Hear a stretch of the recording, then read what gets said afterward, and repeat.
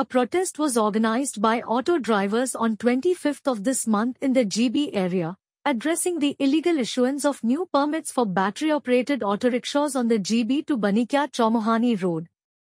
The protest followed reports that the Transport Department had unlawfully granted these permits despite restrictions in the Agartala Municipal Corporation area. After media coverage of the protest, the Transport Department summoned the drivers and assured them of a resolution. Officials informed that the newly issued permits would be cancelled as no fresh permits are allowed within Agartala Corporation limits. Liton Modak, General Secretary of the West Tripura District Auto Rickshaw Mazdoor Sangh, provided detailed updates regarding the resolution. কিছুদিন ধরে আমাদের কাছে খবর আসছিল যে আমাদের এই রুটের জিবি বণিক্য রুটের কিছু কিছু গাড়ি অন্য রুট থেকে এসে এই রুটের পারমিট বানিয়ে নিচ্ছে বেকাপথে।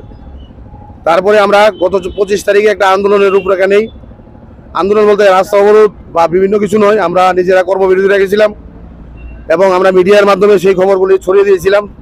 মিডিয়ার মাধ্যমে পরিবহন দপ্তর জানতে পেরে এবং ট্রান্সপোর্ট পরিবহন দপ্তরের মাননীয় মিনিস্টারও জানতে পেরে পরিবহন দপ্তরকে বলেন যে এটা দেখার জন্য। তখন পরিবহন দপ্তর আমাদেরকে ডেকেছেন, ডেকে আমাদের কথাটা শুনেছেন।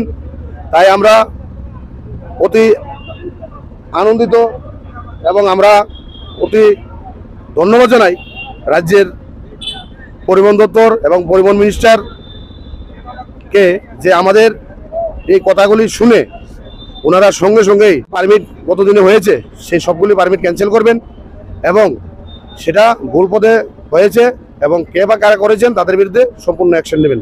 তার জন্য আমরা আজকে আপনাদের মাধ্যমে আমরা ছড়িয়ে দিতে চাই। আমরা ধন্যবাদ জানাই রাজ্যের পরিবহন দপ্তর এবং পরিবহন মিনিস্টারকে।